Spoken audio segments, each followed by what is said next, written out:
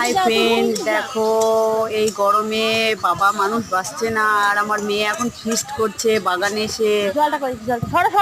এত গরম না, মানে কি বলবো, এই বাগানে ফিস্ট করা কি সম্ভব? আমরা ঠান্ডা শ্যামা জায়গা বলে এইখানটায় আমরা বসে থাকি। আমাদের খুব বসে থাকতে খুব ভালো লাগে, এখানটায় হাওয়া আসে।